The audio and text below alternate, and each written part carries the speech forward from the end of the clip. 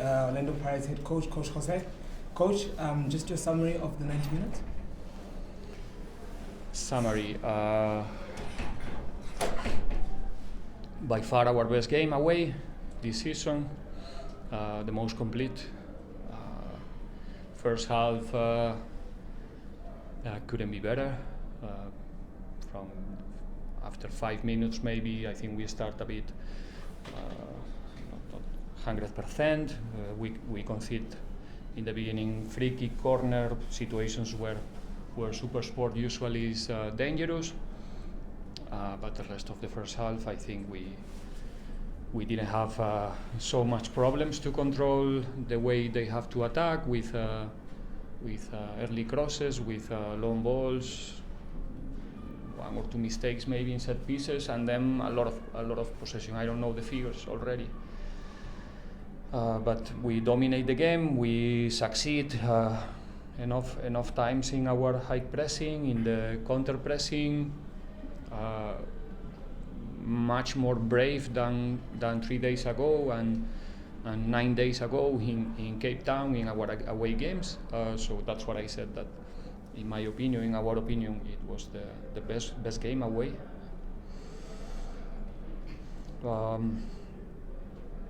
The score, the result creates a bit of uncertainty in the last maybe 15 minutes after the many substitutions, where the game becomes a bit more, no 50-50. I think that we're still more close to score, much more close to score than Supersport tonight.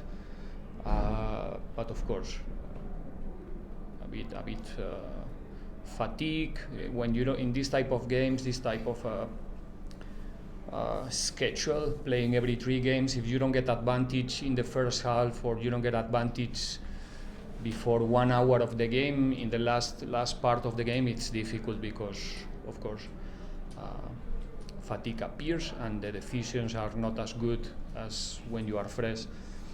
But overall, I'm really proud of the way that the boys are progressing in this tight schedule without the possibility to train, only training and preparing for the games. So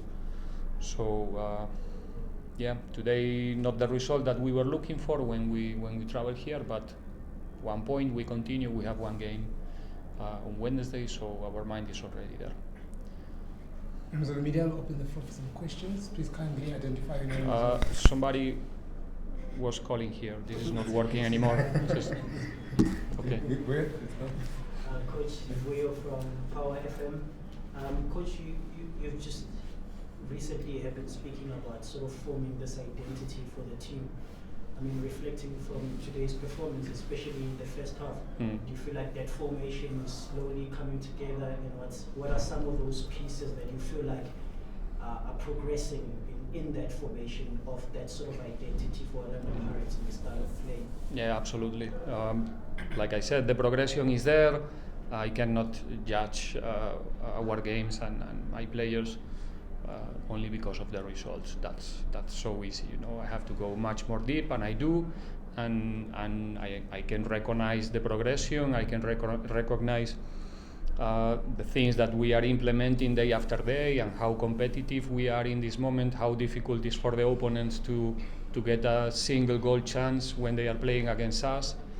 Not today, I'm talking about all of these games. When you think about the actions where the opponent can score against us, if I take maybe the Stellenbosch game where they were more close, I think we are doing a fantastic job in the defensive phase and also in the offensive phase in order to have the ball more than our opponent. When you have the ball, you don't suffer attacks.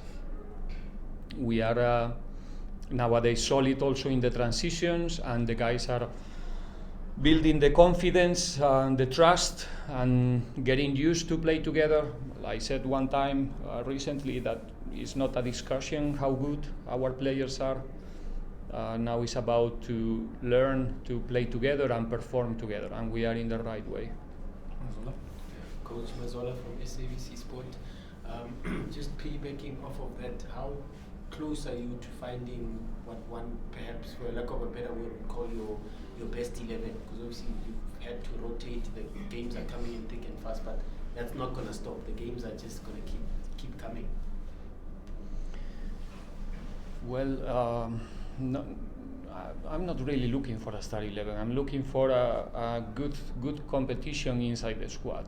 If we manage to have a good competition inside the squad every morning in Grand Stadium, we will all get benefit of that. That is my responsibility to choose the best ones for every game. I think that the star 11 will be modified during the season. The fact that we are playing now 3-4-3 doesn't mean that we will play, like that the whole season. Actually, if you analyze a bit more deep the game we play Royal AM, it was not exactly a 3-4-3. So we are looking always for adaptations in our way to play. We don't believe so much in the setups. We believe in the mobility of the players, or the non-mobility of the players sometimes, in order to create advantage. That's what we do. The way we defend, or the way that we want to press, demands a lot of effort from the players. So that's why we need, guarantee that the players can repeat the type of efforts that we are asking them to do. Like I said before, the fact that the opponents are having clear problems to create chances, it's coming from the efforts that they are doing. So repeat those type of efforts every 3 days. In football, this is not basketball, this is not handball, this is a different story. And the fatigue that the players accumulate is something serious. So that's why we need to always look for players who are ready to compete, more than who is better or who is, is not about that. I think that I said in the beginning of the season that I don't believe in rotations. It's not what we are doing, it's something different. But until we are in the situation that we can have weeks to train, that we can complete 1 week, we cannot think about, like repeating star 11s or only with 1 or 2 modifications. It's so difficult. Tomorrow is -2. Tomorrow is -2 for us, and after tomorrow is -1. So now it's about rest, sleep, eat well, and be ready as good as possible for the next one. And in that situation, we have to use our squad as good as possible. So that's why. Coach, Lorenzo from Italy Times. We can see, obviously, over these past 5 games, that the structure of the team is there. We can see what you are trying to implement. But this is not something that's not new. Before you arrived, final third finishing has been bad in this team, and I think it's plagued a lot of teams in South African football. Do you think it's something that you can tweak, something that you can unlock in this team? Because before you arrived, I spoke to someone and he said you were a very obsessive tactician and you don't stop until you fix something. Is that something that you think you can fix? Yes. Improvement at this level, we are not talking about formative football. This is not a football academy, right? This is professional football with a very high level.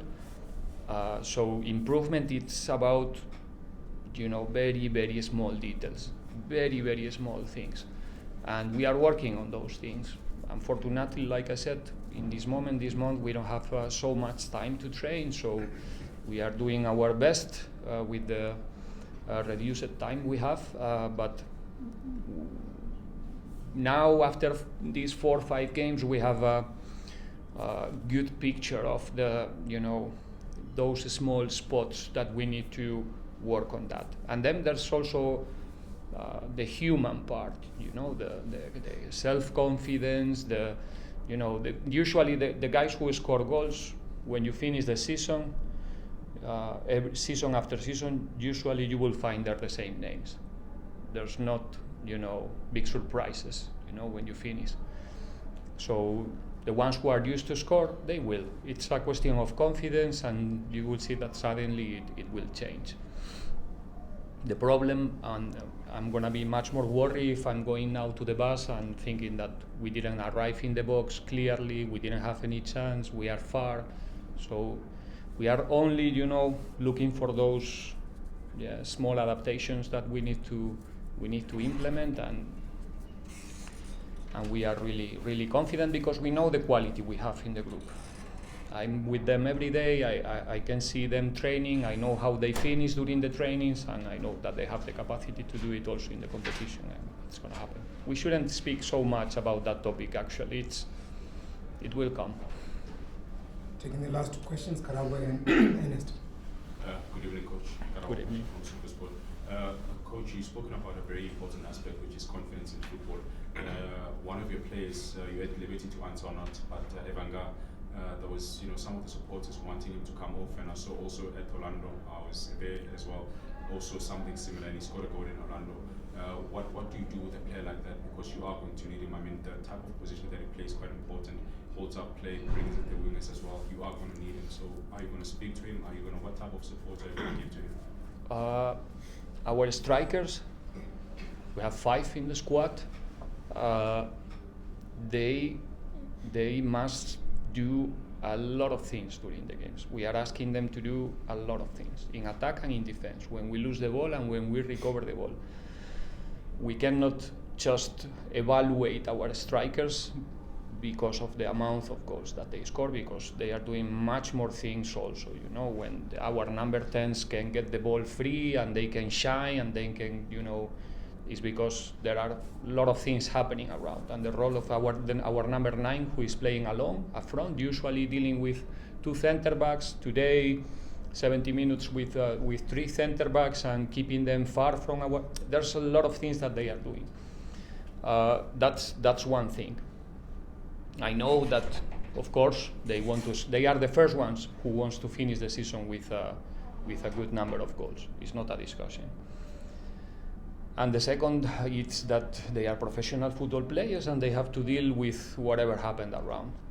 It's a must. It's the nature of our jobs. We cannot be affected from the supporters and the supporters of the opponent, or whatever they are saying, or cheating us, or if they are anxious or nervous. It's something that it's in our salary. We have to deal with it, and it might be, if I put myself in their boots, motivation, to show sooner or later that they have the capacity to satisfy them and make them happy. In the end, that's what they want, to celebrate goals, and sometimes, they are rushing, but, it's what it is. It's something that we cannot change. We have to deal with it and accept it. And this last one? And it's from kickoff. Could you just any update on the injury of Lorch and also Monyane? It's too early. I don't know. Both are knocks, hits, so I hope it's nothing really serious. But at least today, their participation was really compromised. We tried with Thabiso to start after the halftime, but he couldn't continue. And Lorch, he got a hit there in the box. I don't really know what happened, but I showed him really painful. But hopefully it's just a minor thing. Thank you very much, Coach. Thank you. Thank you, guys.